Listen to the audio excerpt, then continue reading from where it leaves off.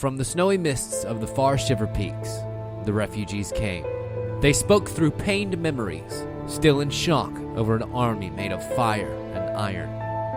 This is where the living story begins.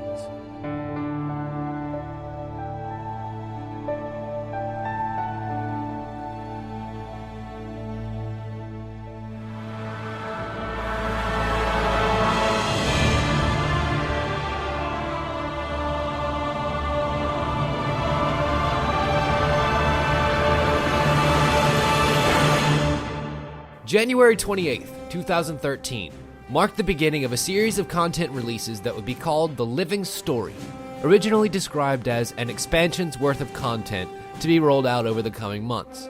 This statement caused a rather large stir in the community as to what it meant, and why the devs were being purposefully coy about it. Monthly releases by this point weren't uncommon, what with Halloween, The Lost Shores, and then Winter's Day coming one behind the other. But Arenanet promised this would be different. The claim was that they had learned much from the data gathered during those events and decided on a new way to release content, hoping it would deliver a bit more on some of the promises of larger, longer impacting content they made early on. That being said, let's look at where we started. The first event was titled Flame and Frost, and when it came, very subtle changes happened with it. First, the refugees began to trickle down from the north. Players were barely able to interact with them, but you could heal wounded ones, help them find their lost mementos, and generally make their trek easier.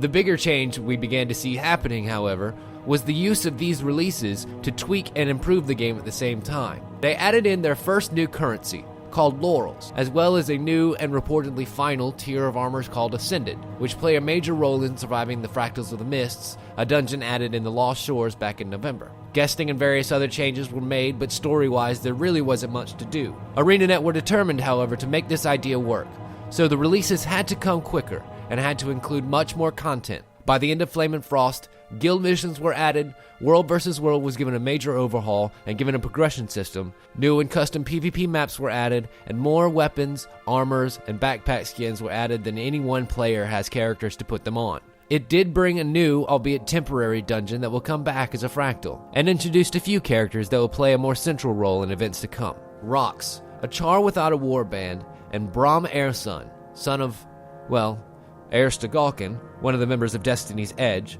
were just two such characters.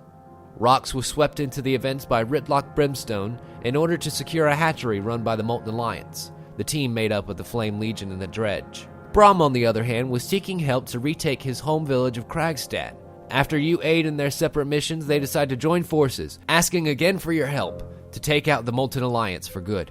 The problem was, by this point it was already May, and with the exception of the Super Adventure box, all the new releases pertain to the same story.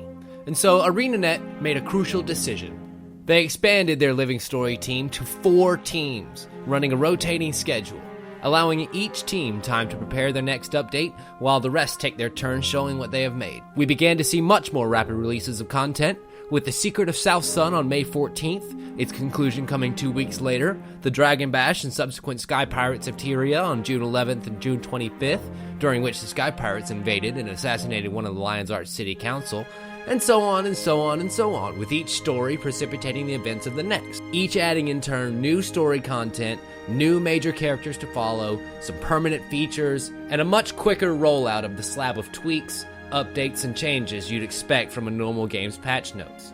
So, to recap a bit here, in the time it took for the Flame and Frost story to play out, we have had 7 new stories told, 7 new collections of item skins, a daily activity rotation added in, a complete reorganizing of both the achievement and special stats system, the account-wide wallet, selectable PvP finishers, and finally the addition of Ascended weapons to match their armor counterparts, and a bunch more.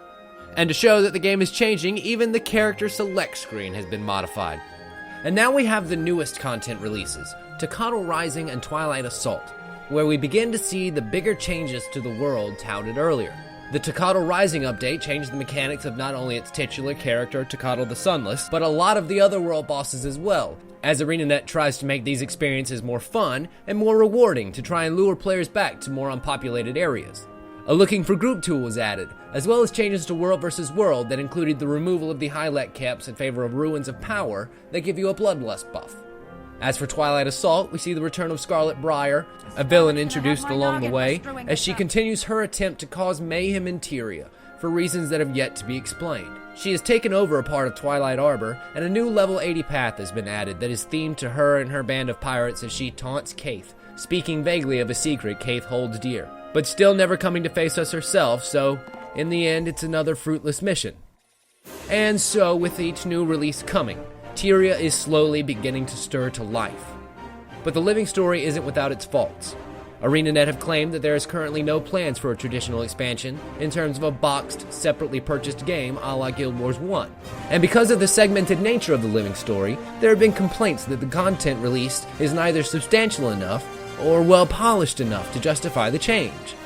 With this new paradigm, Arenanet have created a new demand, one that they currently struggle to fill. Expansions allow players to be occupied with new content for weeks, often longer, because you're allowed to explore at your own pace. Currently, there is no way to revisit content that is past, and because the 2-week release schedule allows new content to be released so rapidly, players begin to feel left behind if a story or two is missed. The efforts made to include 4 out of the 6 members of Destiny's Edge, the implication that the Zephyrite's power comes from a child of Glint, and creating new, memorable villains imply that there is a much deeper story here to be told, and players are chomping at the bit for more. But these problems, like the others that have arisen, will be solved by a new idea, or maybe an old one?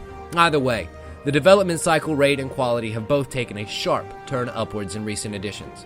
And if players are searching for new content, updates, places to be, and events to explore, then if looked at as the whole, Arenanet have mostly delivered on the expansion's worth of content promised back in January. But there is still a large amount of work to be done, and there is still a lot of story to tell. The holidays are rolling around again, and with teases beginning to trickle out about upcoming Halloween festivities, excitement is once again beginning to rumble. Guild Wars 2 is far from perfect, but it's getting closer to the path with every release. Tie-ins to the old world, extensions to the new, and the return of key Guild Wars 1 features revitalize interest in the releases. The reveal of lands made new by time and quality of life improvements promote growth. And it's in these changes you'll find the living story.